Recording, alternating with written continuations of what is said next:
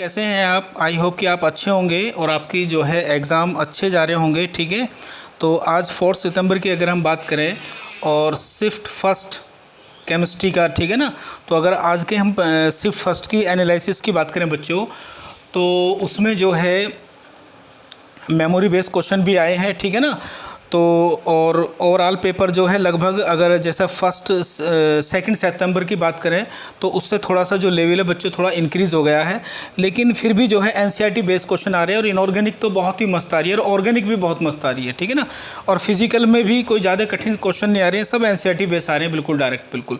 ठीक है ना, तो केमिस्ट्री इस बार बहुत ही बढ़िया रहेगी आपकी बच्चों, स्कोरिंग रहेगी। ठीक है ना, तो मैं आज आपको 4 सितंबर का शिफ्ट फर्स्ट का जो है केमिस्ट्री में इनऑर्गेनिक के कुछ क्वेश्चन बता रहा हूँ बच्चों। ठीक है ना, तो ये 4-5 क्वेश्चन है मेरे पास। ठीक है, मेमोरी बेस हैं, थोड़ी बहुत मिस्टेक हो सकती है लेकिन लगभग यही है, क्योंकि फिजिकल इसलिए नहीं करा रहे हैं बच्चों क्योंकि उसमें क्या डाटा की प्रॉब्लम रहेगी। ठीक है ना, तो इसलिए इनऑर्गेनिक में आसानी से पता लग जाता है बच्चों से पूछने पे क्वेश्चन कौन सा आएगा। ठीक है, तो जैसे इनऑर्गेनिक की बात करूँ तो जो भी आपको पढ़ाया था बिल्कुल, ठीक है ना, बिल्कुल सारे क्वेश्चन वहीं से आ रहे हैं, बिल्कुल बेसिक, बिल्कुल सिंपल। ठीक है, अभी आप देखेंगे, देखो इनऑर्गेनिक में जैसे मान लो एक क्वेश्चन ये आया था बच्चों कि एक हमारे पास एलिमेंट है कोई, ठीक है ना, एक हमारे पास क्या है, कोई एलिमेंट है, ठीक है, और जिसका एटॉमिक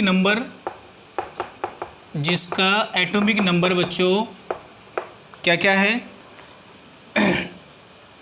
कुछ एलिमेंट है हमारे पास, ठीक है ना, जिनका एटॉमिक नंबर हमें दिया था 101 और 104।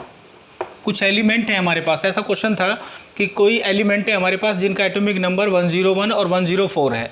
तो वो ये पूछा था कि इनका जो है आपका ये जो है ये किससे बिलोंग करते हैं, ये बताना आपको कि बिलोंग टू ग्रुप रेस्पेक्टिवली,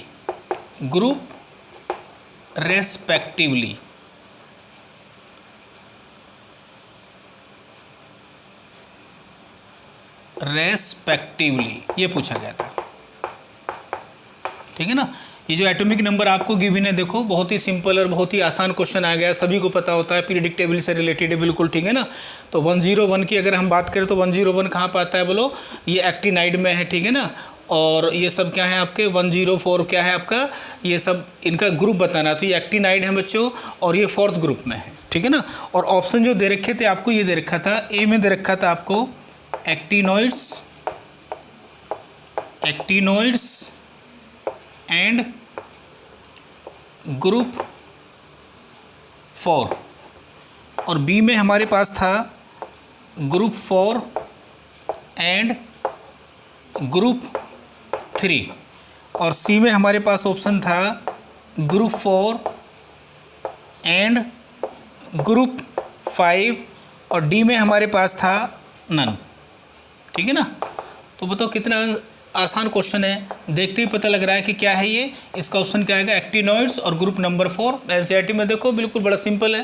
ठीक है ना, जिस बच्चों ने S block, P block, D block, periodic table पढ़ी है तो एटॉमिक नंबर देखते ही आपको पता लग जाएगा कि एक्टिनाइड्स और ग्रुप नंबर 4 से रिलेटेड है, तो यही ऑप्शन आएगा पहले वाला। ठीक है ना, तो देखो कितना आसान और बहुत ही सिंपल क्वेश्चन था ये आपका पीरियोडिक टेबल से रिलेटेड इनऑर्गेनिक केमिस्ट्री का। तो इनऑर्गेनिक केमिस्ट्री आइए कम आइए, 5, 6, 7 ही क्वेश्चन आए हैं, 5 या 6 क्वेश्चन आए हैं, लेकिन वो बहुत सिंपल है। ठीक है ना, तो इसलिए कहते हैं कि हमेशा जो है आप एनसीईआरटी को पढ़िए। और देखिए क्वेश्चन नंबर 2 की अगर मैं बात करूं इनऑर्गेनिक में बच्चों, तो ये पूछा गया है कि द कंबस्टन, ठीक है ना, द कंबस्टन, ठीक है, the combustion of lithium, sodium, potassium, ठीक है ना, इन एक्सिस ऑफ एयर, ठीक है ना, गिव्स मेजर ऑक्साइड। ठीक है,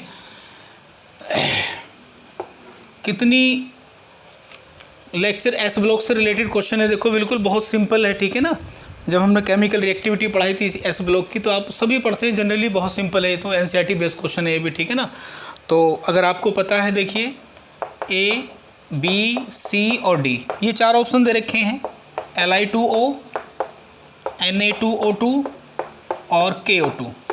ये लिथियम ऑक्साइड है, ये सोडियम परऑक्साइड है, ये पोटेशियम सुपर ऑक्साइड है। Oxide, peroxide, super oxide.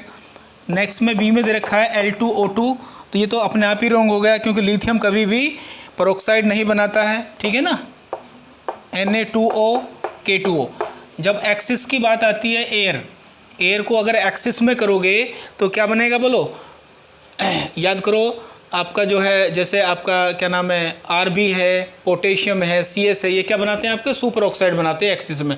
Lithium क्या बनाता है, हमेशा एक्सिस हो या लिमिटेड ऑक्सीजन हो ये ऑक्साइड ही बनाएगा, ठीक है ना। और सोडियम क्या बनाता है, परऑक्साइड बनाता है। तो यही फर्स्ट वाला ऑप्शन आपका करेक्ट है, बिल्कुल सिंपल है, नो डाउट कोई, ठीक है ना। आगे भी ऐसी ऑप्शन दे रखे हैं, यहाँ पे Li2O लिख रखा है, आपका NaO2 लिख रखा है, सोडियम सुपर ऑक्साइड है, तो ये तो कभी बनेगा ही नहीं, पोटेशियम सुपर ऑक्साइड, क्योंकि अगर आप जानते हो लिथियम, सोडियम, पोटेशियम, Rb और सीजियम, ठीक है ना। तो ये जो आपके पोटेशियम, Rb और सीजियम है, यही आपके सुपर ऑक्साइड बनाते हैं, ठीक है ना। और ये क्या बनाता है, केवल ऑक्साइड बनाता है, और ये बनाता है आपका परऑक्साइड, ठीक है ना। क्लियर है। तो बहुत ही मेमोरी बेस्ड क्वेश्चन है, थोड़ा सा लगभग सभी बच्चों ने करा होगा ये, ठीक है ना। तो अगर जिन्होंने करा है तो अपने देखेंगे, इसका आंसर आपका फर्स्ट ही आएगा, ऑक्साइड, परऑक्साइड और सुपर ऑक्साइड, ठीक है ना। ये क्वेश्चन नंबर 2 था हमारा बच्चों। अब देखिए सेकंड क्वेश्चन भी जो क्वेश्चन था आपका और जो फर्स्ट क्वेश्चन था बिल्कुल सेम है, कोई ज़्यादा कठिन नहीं है, ठीक है ना। मॉडरेट है, बिल्कुल मॉडरेट क्या होगे, बिल्कुल ही क्या है आपके सिंपल क्वेश्चन है, बिल्कुल ईजी वाले, ठीक है ना। ये क्वेश्चन नंबर 3 जो है आपका, क्वेश्चन नंबर 3 जो है आप इसको थोड़ा सा क्या नाम है, अच्छा क्वेश्चन कह सकते हो, ठीक है ना। लेकिन फिर भी ये भी कहीं भी लेक्चर नोट से बाहर नहीं है, खूब पढ़ाया है आपको, ठीक है ना। देखिए क्वेश्चन क्या है बच्चों कि लेड नाइट्रेट, ये जो आपका 2 सितंबर में एग्ज़ाम था उसमें भी इसी तरह का एक क्वेश्चन था। एक लेड नाइट्रेट है बच्चों, ठीक है, लेड नाइट्रेट है, उसको आपने हीट किया, क्या किया, उसको हीट किया, हीटिंग। और हीट करने के बाद में वो कह रहा है कि आपको क्या दिया उसने, गिव्स ए, क्या दिया, ए दिया आपको हीट करने के बाद में। फिर वो कह रहा है जो ए है ऑन कूलिंग, इसको क्या कर दिया आपने, ठंडा कर दिया। तो जैसे ही ठंडा करा तो इसने फिर क्या दिया आपको, बी दिया बच्चों। अब वो कह रहा है कि NO nitric oxide, NO with B, ठीक है ना। ये जो NO है आपका, ये किसके साथ में, बी के साथ में अगर आप इसकी रिएक्शन करोगे तो ये क्या देता है आपका, गिव ब्लू सॉलिड, ठीक है ना। और कंपाउंड क्या है ये, C, ठीक है ना। तो वो कह रहा है कि फाइंड ऑक्सीडेशन स्टेट, ठीक है ना, इन सी की ऑक्सीडेशन स्टेट क्या होगी। ऑप्शन थे आपके A, B, C और D। देखिए +1, +2, +3 और +4, ठीक है। बहुत आसान क्वेश्चन है यार। देखो लेड नाइट्रेट मैंने आपको बता रखा है बच्चों, कोई भी मेटल नाइट्रेट हो अगर आप उसको हीट करोगे तो हमेशा क्या देगा वो, हीट करने के बाद में बोलो, वो हमेशा आपको देगा बच्चों लेड ऑक्साइड बनेगा और एक ब्राउन कलर की गैस बनेगी, ठीक है ना। यही आपका वो ए है, ठीक है ना। और क्या बनती है बच्चों, ऑक्सीजन गैस बनती है। यार इसको एनसीईआरटी में खूब पढ़ते हैं हम, नाइट्रोजन के ऑक्साइड, ठीक है ना। अब इस NO2 को यानी कि ए को अगर आप NO के साथ में रिएक्ट करा दो तो क्या बनेगा बोलो, एक क्या बनेगा, बी बनेगा। यार क्या बनेगा, सभी जानते हैं बच्चों क्या बनेगा, N2O3 बनेगी, ठीक है ना।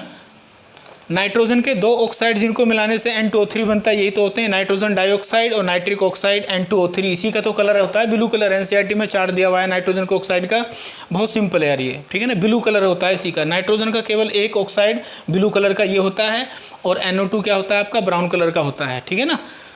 तो ये था आपका आंसर। इसमें आपकी क्या पूछ रहा है, ऑक्सीडेशन स्टेट पूछ रहा है। तो यार ये तो बच्चों वाला क्वेश्चन होगा बिल्कुल बच्चों, ठीक है ना। तो आंसर क्या आ जाएगा, सी हो जाएगा।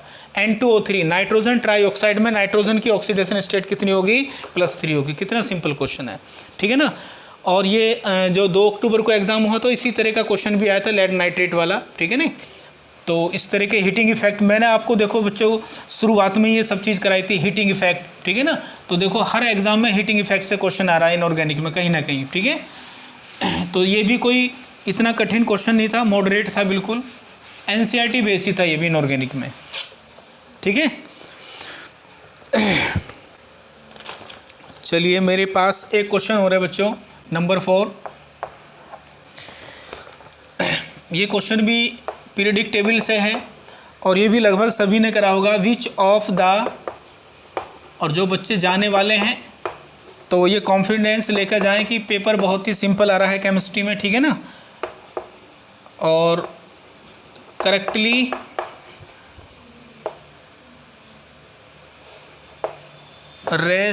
री आएगा,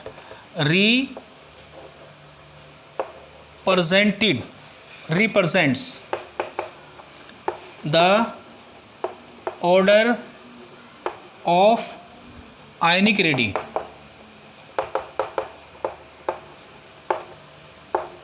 कहने का मतलब है नीचे आपको A, B, C और D ये 4 ऑप्शन दे रखे हैं, कुछ आयन दिए हुए हैं, तो वो कह रहा है कि करेक्ट ऑर्डर बताओ आयनिक रेडी का। यार देखो ये तो बहुत ही आसान क्वेश्चन था बच्चों। जैसे Mg+2 है, ठीक है ना, एक ऑप्शन में ये था Na+, कौन सा ऑर्डर आपका सही है। तो देखते ही बच्चे खुश हो गए होंगे इस क्वेश्चन को, तो यार प्लस F- Mg+2 और बच्चों O-2, ठीक है, Na+ Mg+2 और O-2 और F-। जो नीट वाले बच्चे हैं वो भी देखें, उनके लिए भी ये इम्पोर्टेंट है, ठीक है।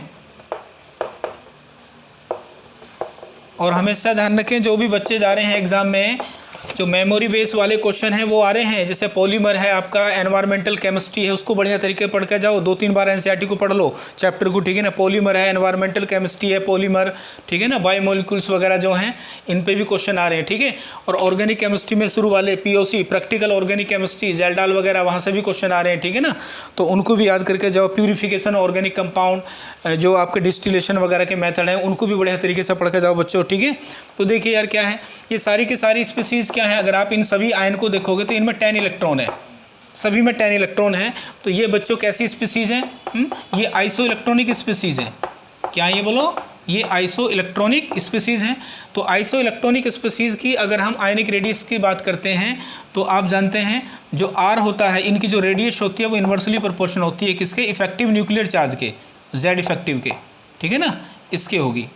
Z इफेक्टिव क्या होता है, नंबर ऑफ प्रोटॉन, देख, ठीक है ना, नंबर ऑफ प्रोटॉन जिसका जितना ज़्यादा होगा, ठीक है ना, उसकी एटॉमिक रेडियस क्या होगी, उतनी ही कम होगी, सीधी सी बात है। तो देख लीजिए यहाँ पे 12 प्रोटॉन हैं, यहाँ पे 11 प्रोटॉन हैं, यहाँ पे 9 प्रोटॉन हैं और यहाँ पे 8 प्रोटॉन है।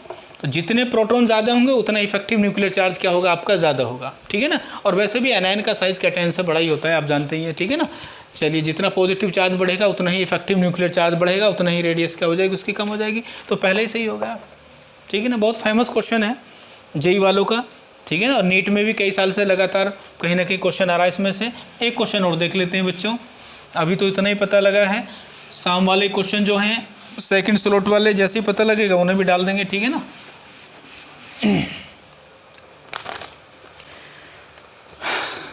अच्छा, एक क्वेश्चन और आया था, देखिए कि role of calcium carbonate in metallurgy का है।